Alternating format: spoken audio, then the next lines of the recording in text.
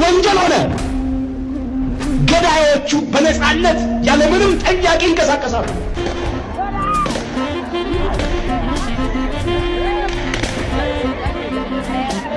እንዳለቀስን አንቀርም። ደማችን እንደፈሰሰ አንቀርም። ክርስቲያኖች በቁማቸው እንደ በግ እንደታረዱ አንቀርም። አብያተ ክርስቲያናት እንደቃጠሉ አንቀርም። ስንሞት እንበዛለን እያልን እንዘምራለን። ከሞት ምን ይበዛል? ጅሬ በቀጥታ ፈንድ እያደረገ ቤተክርስቲያን እንድትቃጠል ኦርቶዶክሳውያን እንዲገደሉ እያደረገ ያለው መንግስት እንደሆነ ስንቶቻችሁ ታውቃላችሁ?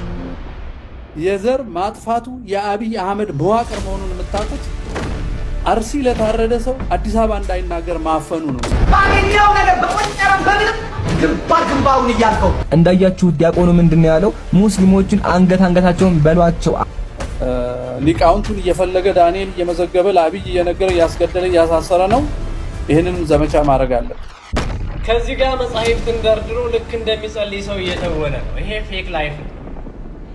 ይሄኛው ግን ትክክል አንድ ሚሊዮን ሰው አንድ የሚያስገድለውና በቀጥታ ፈንድ እያደረገ ቤተክርስቲያን እንድትቃጠል ኦርቶዶክሳውያን እንዲገደሉ እያደረገ ያለው መንግስት እንደሆነ ስንቶቻችሁ ታውቃላችሁ? እስኪ አንድ ነገር ልንገራችሁ። የኦርቶዶክሳውያን መገደል ለመንግስት የስልጣን እድሜውን ማራዘሚያ ነው። ምክንያቱም ህዝብ ሰላም ከሆነና ወጥቶ ከገባ የኑሮ ውድነት ላይ ጥያቄ ስለሚያነሳ ያን ጥያቄ እንዳያስነሳ አጀንዳ ነው። በየጊዜው የኦርቶዶክሳውያን ሞት አጀንዳ ማስቀየሪያ ነው። ዛሬም ምርጫውን እንዴት አድርጎ እንደተመረጠ እንዴት አድርጎ ህዝብ ተጭበርብሮ ምርጫውን እንደተደረገ ተገዶ እንደመረጠ ይታወቃል። ምክንያቱም ብዙ ቪዲዮዎች የተለቀቁ ስለሆነ ያን አጀንዳ ማስቀየሪያ ኦርቶዶክሳውያን ይገደላሉ። ይህን የሚያደርገው መንግስት ራሱ በቀጥታ ይህን ደግሞ አብዛኞቹ አባቶች ያውቃሉ። አብዛኞቻቸው ለሆዱ ያደሩ መምህራን፣ ታዋቂ መምህራን ያውቃሉ፣ ዘማሪያን ያውቃሉ፣ አብዛኞቹ ቤተክርስቲያን ሰዎች ያውቃሉ። መፍትሄው በአንድነት ይህን መንግስት መቃወም አለበት።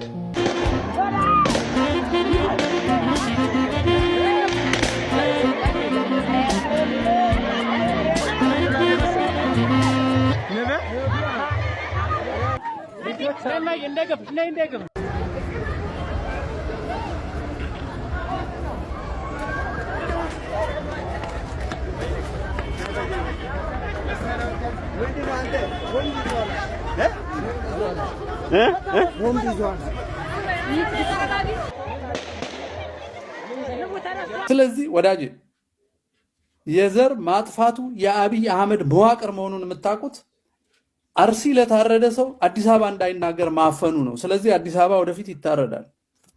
ዝግጅቱ እሱ ነው። አሁን ለአርሲ ብለን መነሳት አለ። በቅድም ወንድሜ እንዳለው አውቶቡስ ሞልተን ሄደን ማቋቋም። ይሄን የሚከለክለን መንግስት ካለ ይከልክለንና እንየው። አዲስ አበባ ውስጥ ይከልክለንና አቆይቶ ከሚገለን አሁን ይግደለን። አሁን ዛሬ ይግደለን።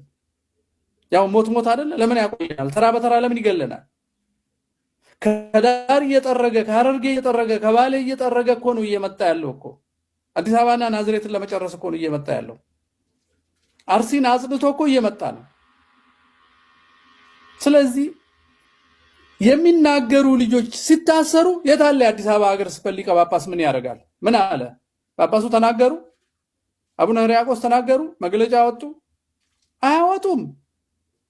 የኛ ወይዘሮ የመሰሉ ሰዎች በቃ ተቀለስልሰው ብልጭልጭ ልብስ ለብሰው በቪዲዮ መቀረጽ ብቻ ነው ስራቸው።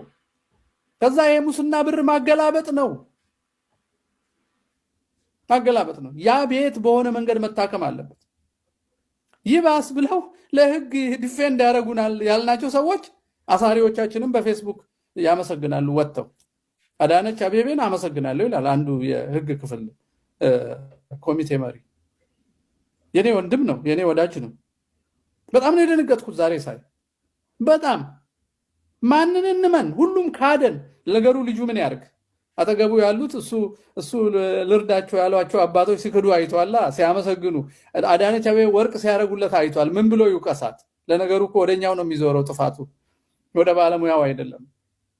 ወርቅ የሚሸልሟትን ሴትዮ ምን ብሎ ይውቀስ? ይሄ ልጅ አመሰግናታለሁ አለ። ላረገችው ትመሰገናለች ይለኛል። ገዳዩን፣ አስገዳዩን፣ ዘረኛዋን፣ አፈናቃዩን አመሰግናለሁ ይላል። ቤተ ክህነትን አገለግላለሁ እያለ ተመልከት። እሱ ሞት የማይደርስበት ይመስለዋል። እሱን የማይገሉት ይመስለዋል። ነው ሃይማኖቱን ቀይሮ አብሮ ሊገለን ፈልጎ ካልሆነ በስተቀር። ነገሩ ሃይማኖት የላቸውም። ብዙዎቹ ይነግዱብናል። እኛ ጋር ገንዘብ ብዛት፣ ታሪክ የስነ ልቦና ከፍታ ስላለ ለዛ የሚጠጉን ኢአማንያን አሉ ቤታችን ውስጥ በብዛት ከመመናን ጀምሮ እና እንዳልከው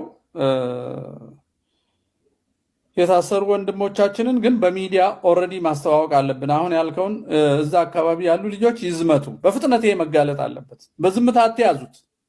የአርሲ ዘፋት አዲስ አበባ ላይ አፍ እያፈነ ነው የሚል አንድ ዘመቻ መካሄድ አለበት። ይሄ እኮ የሞት ዝግጅት ነው። አፍ መዝጋት ለመግደል ዝግጅት ነው እና አደራ አደራ ይሄን ዝም እንዳትሉ። መምህራኖቻችንም ታስረዋል። ሊቃውንቱን እየፈለገ ዳንኤል እየመዘገበ ለአብይ እየነገረ እያስገደለ እያሳሰረ ነው። ይሄንንም ዘመቻ ማድረግ አለብን። ባገኘው ነገር በቆጠረም በምንም ግንባሩን እያልከው ግንባሩን በለው ግንባሩን በለው። ሁላችሁም ይሄን ቪዲዮ በደንብ አድርጋችሁ ኮፒ ሊንክ አድርጉ፣ ለሁሉም አሰራጩ። አሁን የማወራውን ነገር ዓለም መስማት አለበት።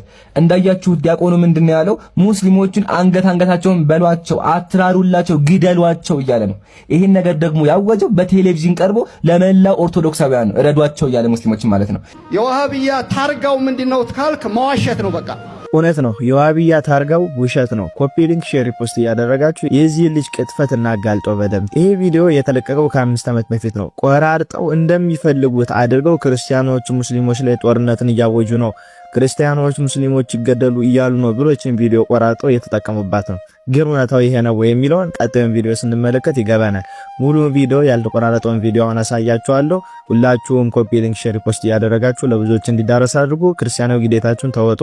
ወደ ትክክለኛው ቪዲዮ እንለፍ። ሶማሌ ሰላም ለማስከበር ትሄዳላችሁ። ኡጋንዳ፣ ሩዋንዳ ትሄዳላችሁ። በመላው ዓለም ሰላም ለማስከበር ትሄዳላችሁ። ሀገራችሁ ውስጥ ግን ባለማተብ እናቶች፣ አባቶች ይቺን ሀገር በደማቸው ያቆዩ ልጆች ሲታረዱ ዝም ብላችሁ የምታዩ የመከላከያ ሰራዊቶች ሚናችሁን ለዩ። የዚህ ተጠያቂዎች ነው የምትሆኑት። ተጠያቂ ነው የምትሆኑት። የ3 ዓመት ሕፃን ስትታረድ፣ ሴት ስትታረድ፣ በዝዋይ 5 ቤተሰብ ሲታረድ አንደኛውንማ አፈሩን ያቆሽሽብናል ብለው እጅግሩን አስረው ሽንት ቤት ከተው ደሙን ከሰገራ ጋር የቀላቀሉት 5ቱ ዝዋይ ያረዷቸው።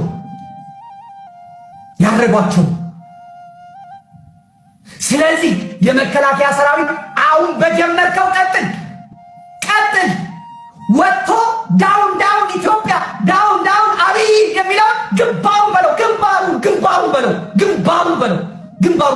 ዳውን ኢትዮጵያ የሚለው የኢትዮጵያ ጠላት ነው። ግንባሩን በለው። እኔ ጀነራል ቢሆን ይሄን ነው ማለት ነው። አዎ አሜሪካ ቢሆን አይለቀውም።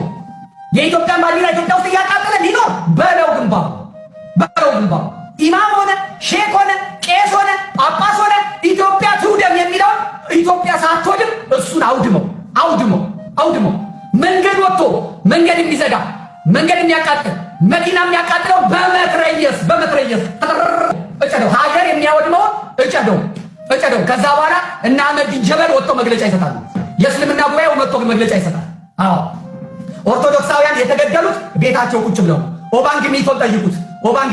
አንድ ሰው ሰልፍ ወጥቶ አንድ ሰው አደባባይ ወጥቶ አልተገደለም። ከመከላከያ ጋር ሰፋጣ የገጠመውን ይህንን የአረብ ቅጥረኛ፣ ይህን የግብፅ ተላላኪ፣ ይህን የግብፅ ዶላር አፉን የያዘው በመትረየስ በፈንጅ በሚሳኤል አንድደው ይህን የሚቃወመኝ አለ። ዳውን ተቃወመኝ። ኦርቶዶክሳውያንም ተዘጋጁ። እቺ የእነ አህመድ ጀበል መግለጫ ለሌላ ዙር እልቂት የተዘጋጀች ናት። ይቺ የእስልምና ጉባኤ መግለጫ ለሌላ እልቂት የተዘጋጀች ናት። ስለዚህ ስሙት። በሰላማዊ ሰዎች ላይ የተደረገውን የንብረት ውድመትና ኢሰብአዊ ድርጊቶችን እንደሚያወግዝ ይላል። ማን ናቸው እነዛ? አንደኛ በእስልምና ሃይማኖት ሊቃውንት ላይ ያነጣጠረ ጥቃት ፍጹም ተገቢነት የሌለው እንደመሆኑ እንዲቆም፣ ጥፋተኞቹን በአስቸኳይ ለፍርድ እንዲቀርቡ ሆኖ እነዚህ ወንጀለኞች በአፋጣኝ አጣርቶ በአጥፊዎች አካላት ተገቢውን እርምጃ እንዲወስድና ይህም ለሕዝብ እንዲገለጽና ተጨማሪ ጉዳቶች እንዳይደገሙ መንግስት ተገቢውን ትኩረት እንዲሰጠው፣ መስጊድ ሆኖ ጂሃድ የሚያውጅ አላሁ አክበር ውጡና ከመንግስት ጋር ተፋለሙ የሚለውን ይበለው። ከቻለው ይበለው። መከላከያን ከቻለ ይበለው። አናቱን ይበርቅሰው። መከላከያ ከዚህ በኋላ ሰላማዊ ዜጎችን ጠብቅ። ቤተ ክርስቲያን ትጣራለች፣ ትፈልጋቸዋለች። ስሙኝ እናንተ የመከላከያ ሰራዊት፣ የፌዴራል ፖሊስ እንዲሁም ደግሞ ልዩ ልዩ የፖሊስ መዋቅር ውስጥ ያላችሁ አባላት በሙሉ ይህ ቪዲዮ ለነኚህ ወገኖች መድረስ እንዲችል በደንብ አድርጋችሁ ሼር፣ ኮፒ ሊንክ ታደርጉልኛላችሁ። እናውቃለን፣ እንረዳለን። ለሀገር ክብር ብላችሁ ራሳችሁን ከወዳጅ ከዘመድ እንዲሁም ደግሞ ከቤተሰቦቻችሁ ለይታችሁ ለሀገር መስዋዕትነትን ልትከፍሉ በዩኒፎርም አጊጣችሁ በዱር በገደል በበረሃ እንደምትሳደዱ በዚህ ህይወታችሁም የሚደረግባችሁን ጫና እናውቀዋለን። ወንድሞቻችሁን፣ እህቶቻችሁን፣ እናት አባቶቻችሁን እንድትገሉ የሚሰራባችሁን ሴራና የሚጫንባችሁንም ቀንበር በእጅጉ እንረዳለን። የሆነው ሁሉ ሆኖ ከሀገር ከእናትም በላይ ክብሯ የሚበልጠው ኦርቶዶክስ ተዋሕዶ ቤተክርስቲያን ዛሬ በገዛ ሀገሯ ኢትዮጵያ ላይ እንድትሰደድ እንድትጠፋ እየተሰራባት ይገኛል። ይህንን ነገር ታዲያ እናንተ የቤተ ተመልካች ሆናችሁ ልታዩት በፍጹም አይገባም። መጠየቅ፣ መሞገት፣ መምረር መቻል አለባችሁ። ሁሉም በየገባው ልክ መረር እያለ ካልተጓዘ በስተቀር ይህ መከራ የሚያበቃ አይደለም። ሁልጊዜ በመከራ የሚጀምረው ሞታችን መጨረሻው እንደምትመለከቱት በድራማ የሚጠናቀቅ ነው። በህዝብ መበተን መጨረሻ ይሆናል። ይህ አካሄድ ዋጋ ስለሚያስከፍል ሁሉም በያለበት ሊነቃ ያስፈልጋል። ሊነቁ ከሚገቡ አካላት መካከል በተለያዩ የፖሊስ መዋቅር ውስጥ ያላችሁ ባለማህተብ ኦርቶዶክሳውያን ከፊት ቀድማችሁ ይህን ነገር ለምን እንድትሉ ያስፈልጋል። የእናንተን ልብስ በሚለብሱ ሰዎች የሚፈጸመውን ግፍና መከራ በደንብ ስለምትረዱት ለእናንተ አልነግራችሁም። ባደረጋችሁት ማህተብ ከምንም ነገር በላይ ይበልጣልና ምረሩለት፣ ምረሩ እንላቸዋለን። ከዚህ ጋር መጻሕፍትን ደርድሮ ልክ እንደሚጸልይ ሰው እየተወነ ነው። ይሄ ፌክ ላይፍ ነው። ይሄኛው ግን ትክክለኛ ህይወቱ ነው። የሩፋኤል ትክክለኛ መልክ ይሄ ነው። ከዚህ ጋር እንደምታዩት ቀዳሚ የነበረው የቤተ ክርስቲያን ገጽታ ሲሆን ይሄ አሁን ያላት ገጽታ ነው። ሩፋኤል ማለት ጸረ ቤተ ክርስቲያን፣ ጸረ ሀገር እሳቤ ካላቸው ቡድኖች ጋራ ጥብቅ የሆነ ቁርኝት ያለው ግለሰብ ነው። በነገራችን ላይ ሰሞኑን ጉንፋን አሞኝ ነበር፣ አሁን እየመጣው ነው።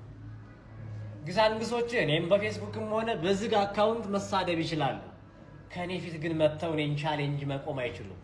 አንደኛ እጅግ በጣም የኦርቶዶክሳዊ እውቀት የሌላቸው ደካሞች ድኩማን ስለሆኑ ያው ካንተ ያነሱ ስለሆኑ ነው። እስኪ ይሄንን ቪዲዮ ለዚህ ወፍራም ዱርዬ ያድርሱልኝ። እንደ ክቡርነቱ ለኢትዮጵያ ኦርቶዶክስ ተዋሕዶ ቤተክርስቲያን የተመቸ ጊዜ የለም። ብፁዕ አቡነ ሩፋኤል ቤተክርስቲያን በዚህ 5 ዓመታት ውስጥ ተመችቷታል፣ ጥያቄውም ተመልሶላታል ብለው ለጠቅላይ ሚኒስቴሩ ሙገሳም ውዳሴም ቅዳሴም አደርሰዋል። እስኪን ጠይቆት ብፁዕ አባታችን ወይም ወፍራም ዱርዬ በመቶዎች የሚቆጠሩ አብያተ ክርስቲያናት የተቃጠሉት በዚህ 5 ዓመታት አይደለም ወይ? ካህናት፣ ዲያቆናት በድንጋይ ተወግረው በእሳት ተቃጥለው በጥይት በጅምላ ተረሽነው በገጀራ ተጨፍጭፎ የተገደሉት በዚህ 5 ዓመታት አይደለም? ቤተ ክርስቲያን እንደ ጎበዝ አለቃ በፖለቲካ ጣልቃ ገብነት የተከፋፈለችው በዚህ 5 ዓመታት አይደለም ወይ? ሞገስ የነበረው ጳጳስነት እንዲሁም ክህነት ከክብሩ የወረደው በዚህ 5 ዓመታት አይደለም ወይ? እንደ አይነ ብሌናችን የምናያቸው ገዳማቶችና ገዳማውያን የተደፈሩት በዚህ 5 ዓመታት አይደለም ወይ?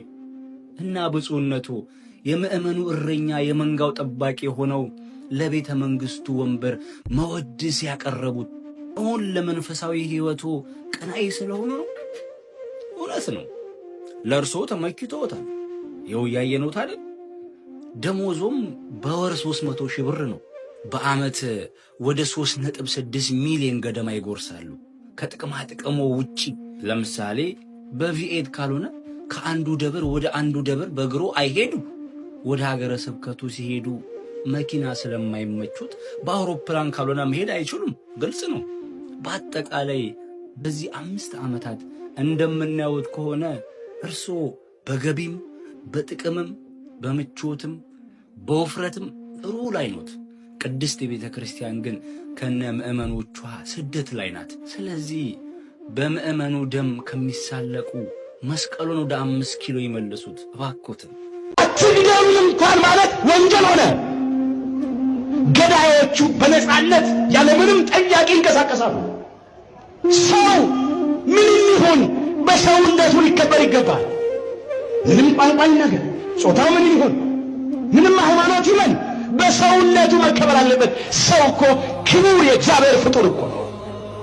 ነገር ግን ዛሬ አንዳንድ ሰዎች ከአራዊት ከፍተው በጠራራ ፀሐይ ንጹሐን ኢትዮጵያውያንን በተለይም የኢትዮጵያ ኦርቶዶክሳዊት ተዋሕዶ ልጆችን ማተባቸውን እያዩ መስቀላቸውን እያዩ አርደው እየጣሏቸው ነው ያሉት። እዚህ ዘመን ደርሰናል። ዛሬም አስጨናቂዎቻችን ብዙ ናቸው። ጠላቶቻችን ብዙዎች ናቸው። በግብፅ ምድር ከእስራኤል ወንዶቹ ሲወለዱ እንዳያድጉ እየታነቁ ይገደሉ ነበር። አዋላጆቹ ይገርማቸው ነበር። ሊቀ ነቢያት ሙሴ ሞት በታወጀበት ምድር ላይ ነው እኮ እግዚአብሔር በድንቅ ሥራው ጠብቆ ሕዝቡ ሊያድን የተነሳው። ዛሬ ሞት ያወጁብናል። ይህም ከድግር ያልፋል ወገኖች። ሞታችንን እግዚአብሔር መልአኩን ልኮ ለሕይወት ይቀይራል። ዛሬ ይህም በዓል ስናከብር እነሱ ነፃ እንደወጡ እኛም ነፃ እንወጣለን። እንዳለቀስን አንቀርም።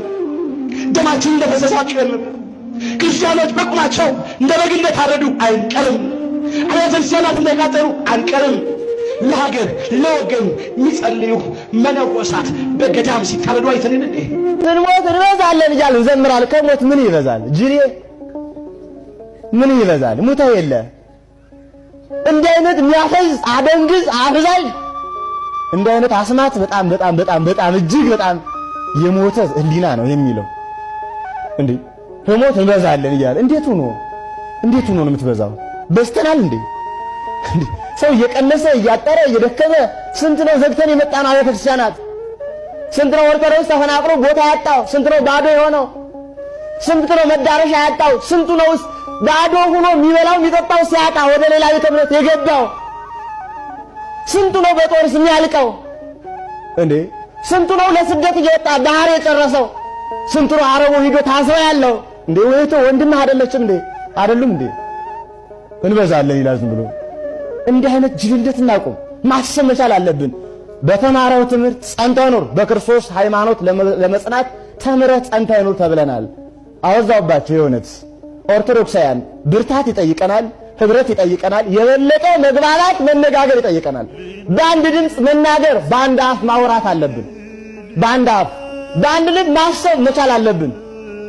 አሮን አፍ ይሁንህ አለው ሙሴን። አንዱ አፍ፣ አንዱ ልብ፣ አንዱ አይን፣ አንዱ ጆሮ ሆነን እንዳንድ አካል ሆነን መናበብ አለብን። እንዳንድ አካል እሱን ነው ቤተክርስቲያናችን ትምህርቷም ድምጿም የሚነግረን። ዛሬ አምላካችን በቸርነቱ ቤታችን ያቆይልን፣ አንድነታችን ያጽናልን። የእውነት ሁሉ ነገር ቀላል ነው። አንድ ሆኖ ማሰብ ነው ከባድ።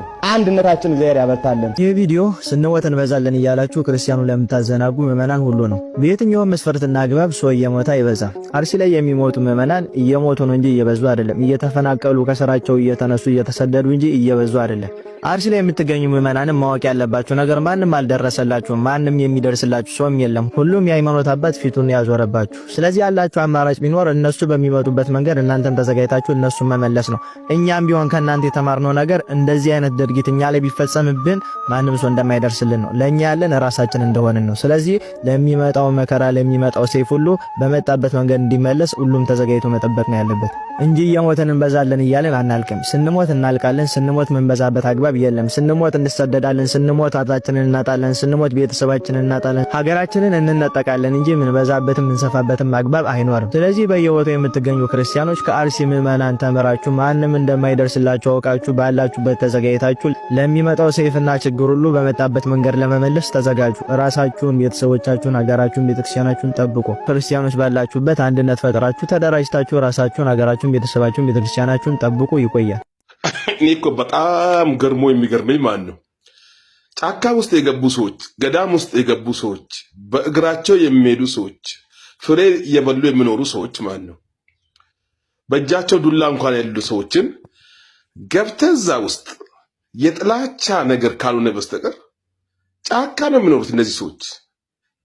ካንተ እንኳን ጥቅም ሊሻሙ እዚህ ምድር ላይ አልወጡም። የሚበሉት የጫካ ፍራፍሬ ነው።